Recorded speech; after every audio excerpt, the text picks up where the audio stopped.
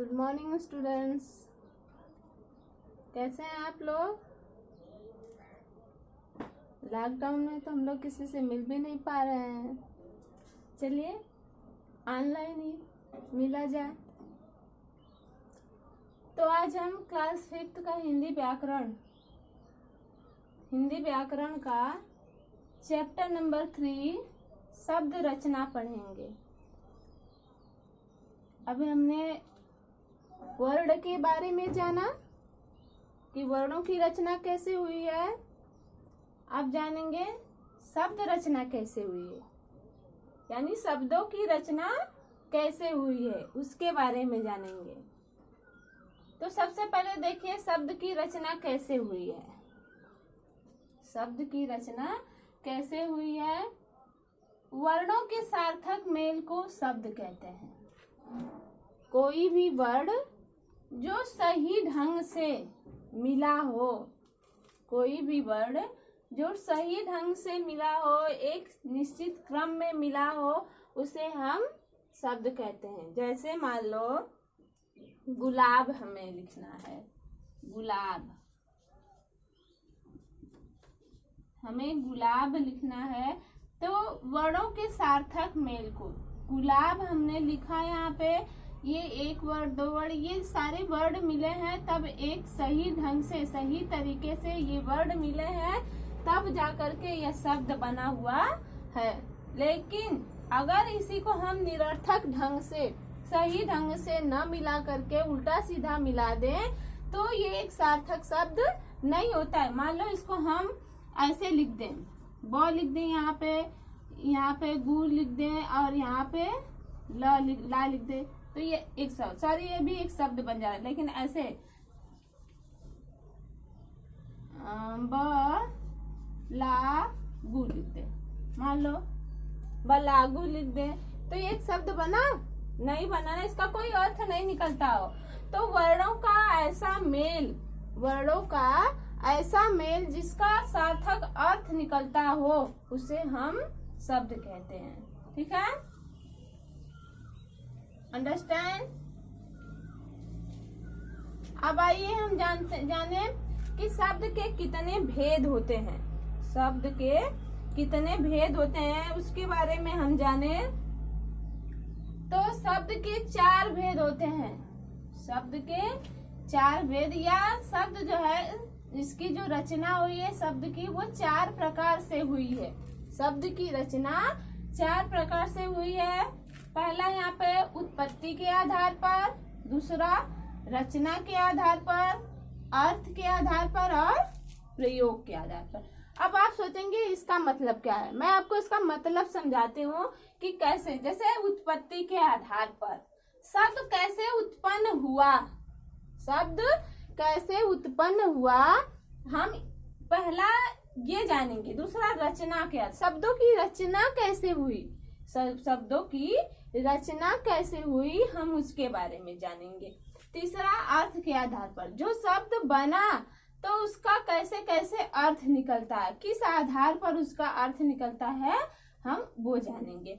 और चौथा प्रयोग के आधार पर, अब उसका अर्थ निकलता है तो हम उन शब्दों को कहाँ और किस स्थान पर कैसे प्रयोग कर सकते हैं उसके बारे में जानेंगे। ठीक है, अब आइए सबसे पहले जाने उत्पत्ति के आधार पर।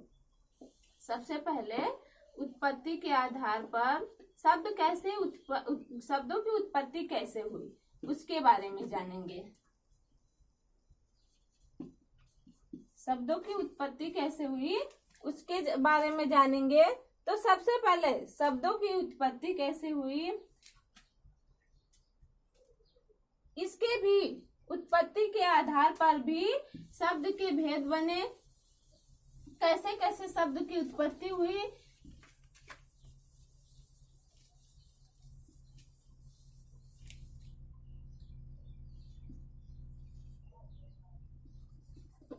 यहाँ पे पहला है उत्पत्ति के आधार पर।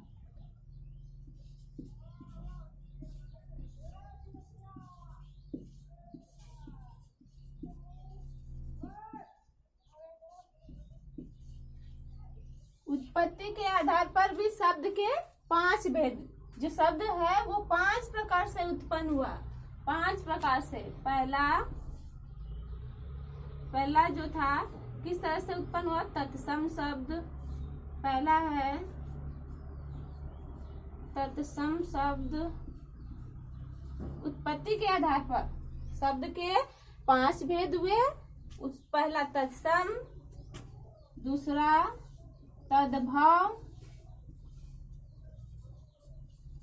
तत्सम तद्भव, तीसरा देशज, चौथा विदेशज या विदेशी शब्द, और 5वां जो है वो है संकर। उत्पत्ति के आधार पर शब्द के 5 भेद होते हैं, या उत्पत्ति के आधार पर शब्द को 5 वर्गों में रखा गया है।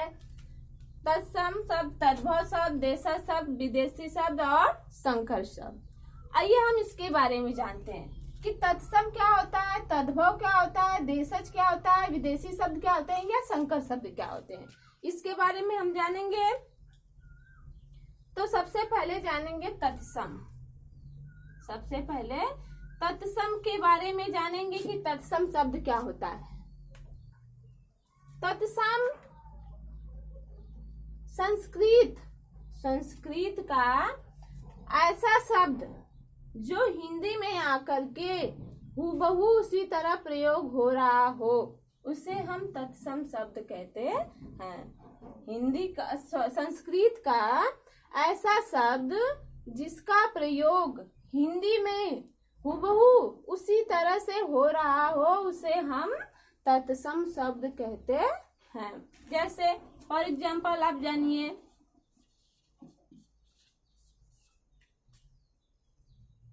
जैसे हम आग बोलते हैं ना, उस आग को संस्कृत में अग्नि बोलते हैं,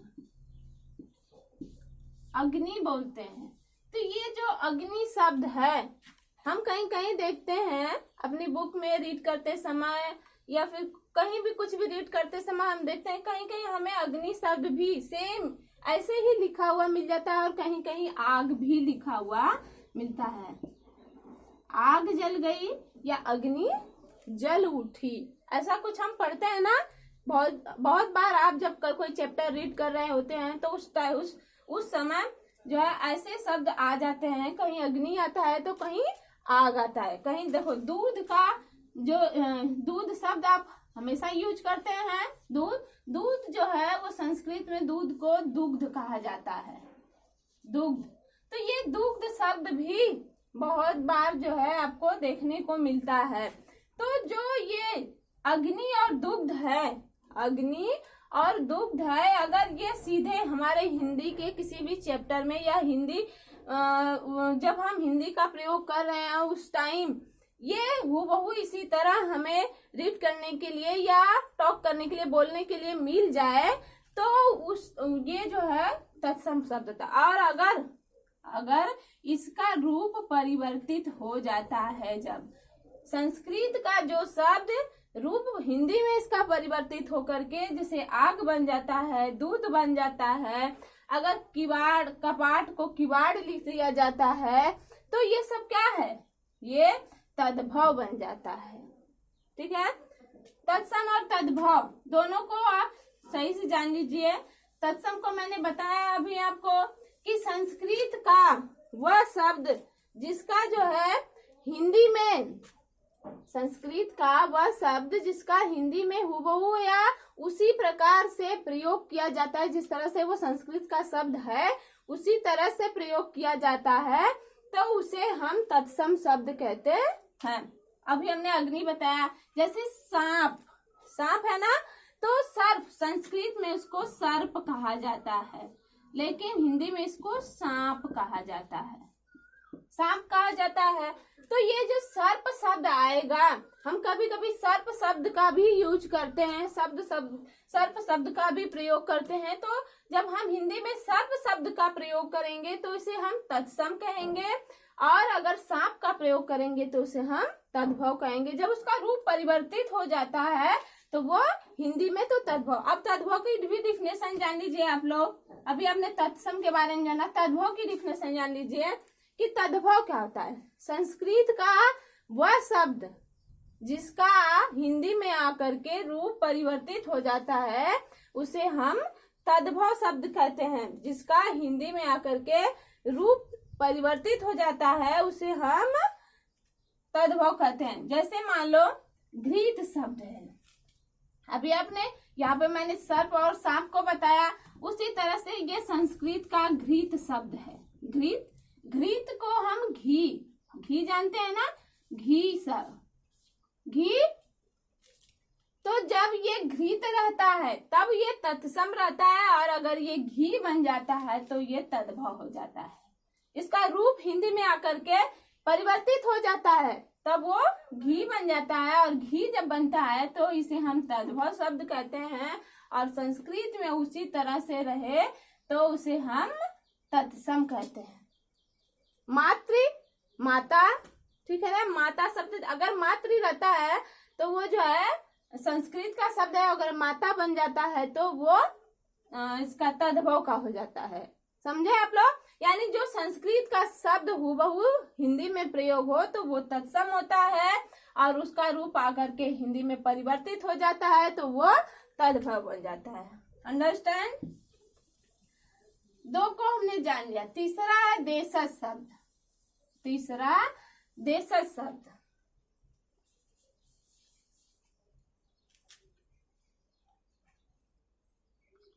देशज शब्द क्या होते हैं इसके बारे में जानेंगे।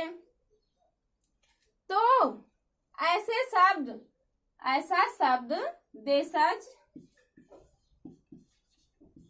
ऐसा शब्द जो हिंदी के या जो देश के विभिन्न भाषाओं की बोलियों से आए हों। ऐसा शब्द जो देश के विभिन्न भाषाओं की बोलियों से आया हो उसे हम क्या कहते हैं? देशज शब्द कहते हैं। अपने देशज, देशज का मतलब ही, इसको डिफाइन करेंगे आप तो इसका मतलब ही है देश में उत्पन्न हुआ शब्द। देशज का मतलब ही होता है देश में उत्पन्न हुआ शब्द। देशज अपने देश में ही हो, जो देशज अपने देश में ही जो जन्मा हो वो तो होता है देशज। तो देश के, अपने ही देश के विभिन्न बोलियां, हमारे देश में बहुत सारी बोलियां बोली जाती हैं।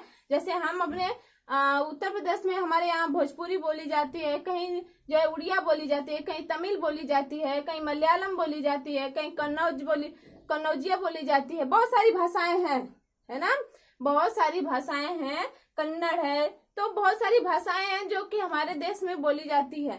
तो उन बोलियों से कुछ शब्द, जैसे हमारे आसपास हम कहीं भी जाते हैं, वहां रहते हैं, फिर हम पूरी भाषा तो नहीं सीख पाते हैं, उनकी पूरी भाषा तो नहीं सीख पाते हैं, लेकिन कुछ शब्द ऐसे होते हैं जो हम सुनते सुनते उसका भी यूज करने लगते हैं, हम भी उसका यूज करने लगते हैं। फिर जो है वो हमारे आम बोलचाल की भाषा में आ जाते हैं। जैसे अंग्रेज आए तो हम शुरू में अंग्रेजी के बारे में उतना नहीं जानते थे, लेकिन कुछ शब्द यूज करने लगे, और करते जो है वो सारी कुछ शब्द ऐसे हो गए जो हमारे आम बोलचाल की भाषा में, चाहे वो पढ़ा हो या ना पढ़ा हो, लेकिन वो इंग्लिश शब्द यूज करता है। जैसे डॉक्टर हुआ, हॉस्पिटल हुआ, ये कुछ ऐसे शब्द हैं जिनका प्रयोग हर कोई करता है। तो वैसे ही हमारे विभिन्न बोलियों से निकले कुछ ऐसे शब्द, विभिन्न भाषाओं से निकले हुए कुछ ऐसे शब्द जिनका हम अपने आम बोलचाल की भाषा में प्रयोग करने लगते हैं, तो उसे हम देशज शब्द कहते हैं। जैसे लोटा शब्द है, ये कोई जो है किसी एक भाषा का शब्द नहीं है, किसी भाषा से लिया गया है। मतलब कि लोटा शब्द जो है किसी भाषा से लिया गया, और अब हर कोई लोटा बोलता है, यानी कि तमिल वाला जो है, या फिर जैसे हम भोजपुरी में लोटा बोलते हैं तो हिंदी में इसको कुछ और बोलते हैं, ऐसा कुछ नहीं है ना। लोटा को हम लोटा के रूप में ही प्रयोग करते हैं। या फिर पगड़ी शब्द है, पगड़ी भी जो है हम देशज अपने देश में ही, अपने देश की भाषाओं से ही इसको लिए हैं। पगड़ी शब्द को भी अपने देश की भाषाओं से, किसी भाषा से लिया गया है, तो इसे हम देशज, जो देश में उत्पन्न हुआ शब्द है उसे हम देशज शब्द कहते हैं। अगला है विदेशी। विदेशी चौथा विदेशी शब्द है। विदेशी के बारे में हम जानेंगे कि विदेशी क्या है। विदेशी, विदेशी का मतलब ही होता है विदेशी, जो दूसरे देश से, जो दूसरे देश से आया हो उसे हम विदेशी शब्द, ऐसा शब्द जो दूसरे देश की भाषाओं से आया हो उसे हम विदेशी शब्द कहते हैं। जैसे अंग्रेजी के शब्द हुए, अंग्रेजी के शब्द, उर्दू के शब्द, फारसी के शब्द, है ना, अरबी के शब्द, ये सब क्या है, दूसरे भाषाओं से। जैसे मान लो बंदूक हुआ, विदेशी भाषा से बंदूक, बंदूक हुआ, लालटेन हुआ, ये सब अपनी भाषा का नहीं, विदेशी भाषा का। कॉपी हुआ, स्टेशन हुआ, स्टेशन इंग्लिश शब्द है, तो ये दूसरे भाषाओं से आए हुए शब्द हैं, ये अपने देश में नहीं जन्मे हुए हैं, ये किसी न किसी अरबी, फारसी, उर्दू, है ना, इन सारी भाषाओं से आए हुए शब्द हैं, इसलिए हम इनको विदेशी शब्द बोलते हैं। अब आइए संकर।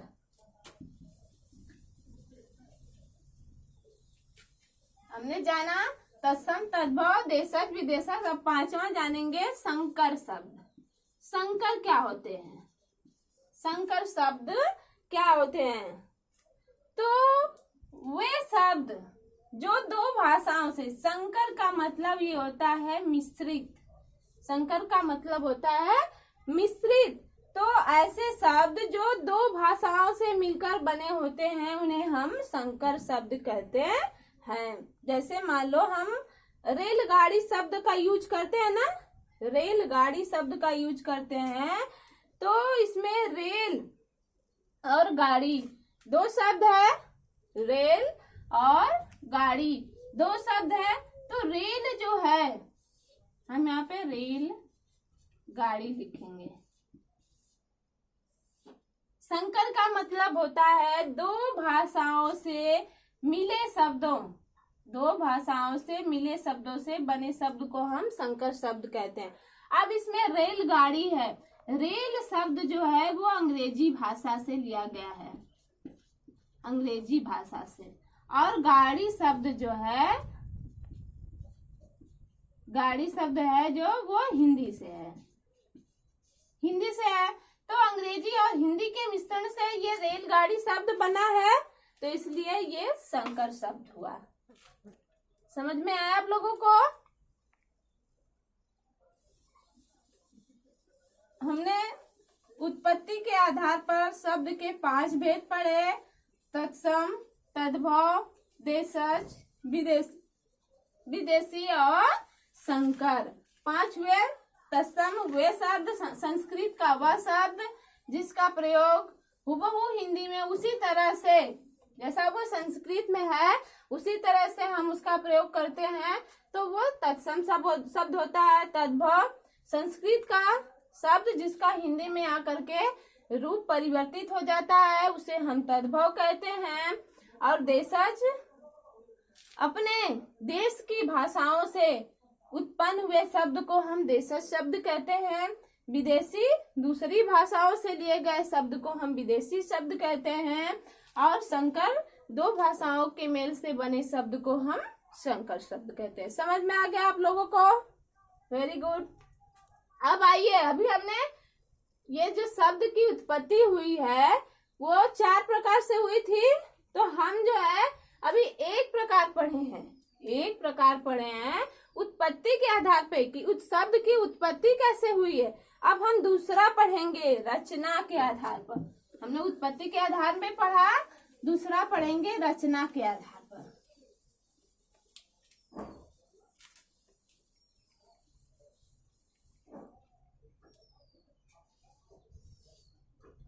दूसरा रचना के आधार पर।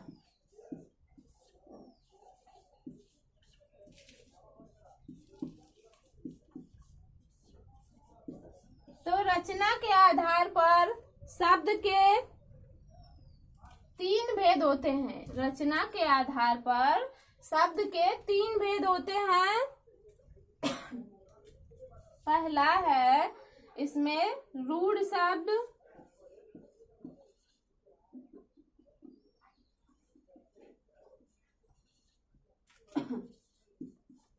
रूढ़ शब्द, दूसरा यौगिक शब्द,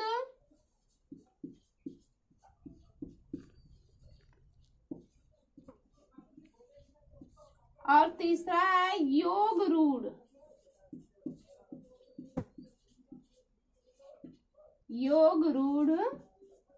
शब्द।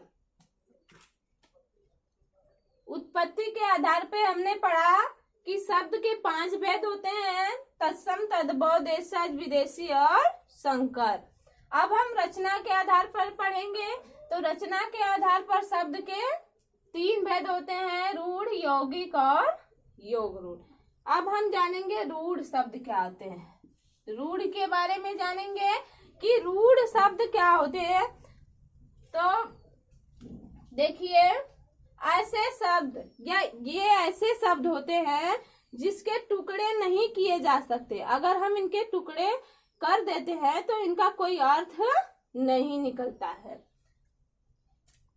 रूढ़ शब्द ऐसे शब्द होते हैं जिनके टुकड़े नहीं किए जाते हैं। अगर हम इनके टुकड़े कर दें तो ये जो है इसका कोई अर्थ नहीं आता। ये किसी भी जहां पर हम इसका प्रयोग करते हैं उसके लिए ये रूढ़ हो जाता है या उसी के लिए अस्थायी हो जाता है। अगर हम सोचें कि चलो अच्छा, जैसे हमने विद्यालय शब्द है तो हम विद्यालय शब्द को अलग अलग कर देंगे तो दोनों का अर्थ निकलेगा। जैसे अभी हमने बताया रेलगाड़ी को बताया हमने, तो रेल को अलग कर दिया, गाड़ी को अलग कर दिया, तो रेल का भी अर्थ निकला और गाड़ी का भी अर्थ निकला।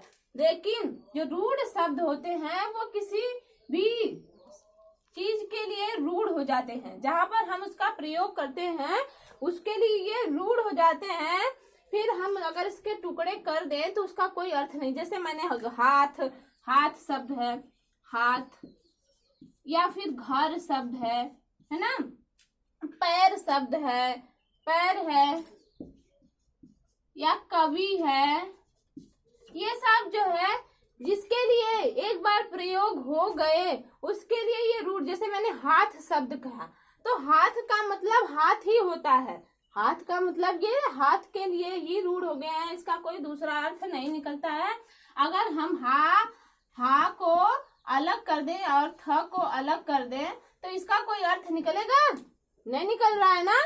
तो ये जो है दोनों मिल करके ये जो हा और थ है किसी भी चीज के लिए रूढ़ हो गए हैं, उसके लिए जो है निश्चित हो गए हैं, इसके टुकड़े नहीं किए जा सकते हैं, वो रूढ़ शब्द होते हैं।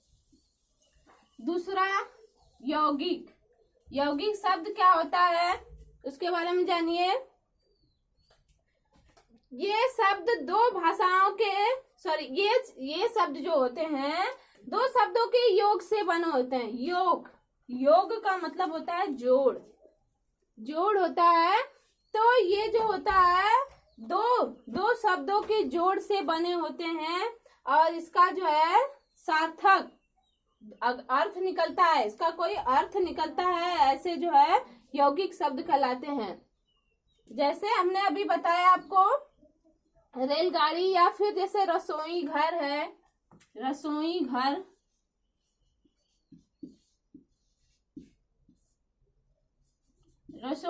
शब्द है।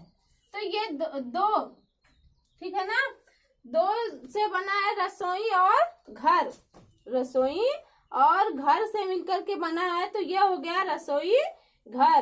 तो दोनों का अर्थ अगर हम इसको अलग अलग, अभी हमने रूढ़ शब्द में पढ़ा कि अगर हम इसको अलग अलग कर देंगे तो इसका कोई अर्थ नहीं निकलता है। लेकिन अगर रसोई घर को हम जो है अलग अलग करेंगे, रसोई और प्लस घर कर देंगे, तो रसोई का भी अर्थ निकल रहा है और घर का भी अर्थ निकल रहा है। तो ये शब्द दो शब्दों के योग से बने होते हैं और इसका कोई सार्थक अर्थ निकलता रहता है, इसलिए इसे यौगिक शब्द कहते हैं। योग रूढ़, अब तीसरा हम पढ़ेंगे योग रूढ़ शब्द। योग रूढ़ क्या होता है? योग रूढ़ शब्द ये ऐसे शब्द होते हैं, योग रूढ़ ऐसे शब्द होते हैं जिनके टुकड़े तो हो सकते हैं, परंतु उन टुकड़ों का सीधा अर्थ ना निकल करके कोई विशेष अर्थ निकलता है, कोई विशेष अर्थ निकलता है।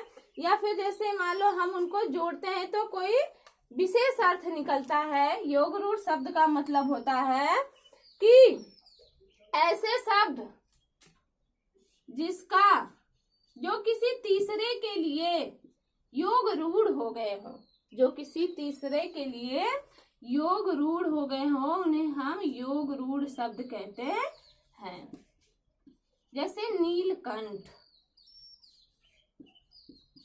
नीलकंठ शब्द है, ये नील का और कंठ का दोनों का तो अर्थ निकलेगा, दोनों को हम अलग भी कर देंगे तो दोनों का अर्थ भी निकलेगा, और अगर दोनों का योग कर देंगे तो ये किसी तीसरे के लिए रूढ़ हो जाएगा। जैसे मैं आपको समझा रही हूँ, जैसे नील का मतलब होता है नीला, और नील का मतलब हुआ नीला, और कंठ का मतलब हुआ गला, जिसका नीला गला हो, है ना। तो ये नीलकंठ शब्द का प्रयोग हम किसके लिए करते हैं? अर्थात भगवान शंकर या भगवान शिव के लिए हम नीलकंठ शब्द का प्रयोग करते हैं ना, भगवान शिव के लिए, शंकर के लिए। तो ये नीलकंठ शब्द जो है, अब हम किसी को नीलकंठ तो कह नहीं देंगे कि नीलकंठ शब्द है, तो हम भगवान गणेश को भी कह देंगे या फिर भगवान विष्णु को भी कह देंगे, ऐसा नहीं है ना। ये भगवान शंकर के लिए योग रूढ़ हो गया है, या उनके लिए ही ये प्रचलित हो गया है कि नीलकंठ अर्थात भगवान शंकर। समझ में आया? अभी हमने दो पढ़ा, उत्पत्ति के आधार पर शब्द के जो है भेद और रचना के आधार पर शब्द के भेद। दो आज हम दो इस वीडियो में पढ़ेंगे और दो अगली वीडियो में पढ़ेंगे, क्योंकि एक साथ पढ़ेंगे तो वीडियो काफी लंबी हो जाएगी। आज की वीडियो में सिर्फ दो और जो बचा है वो नेक्स्ट वीडियो में।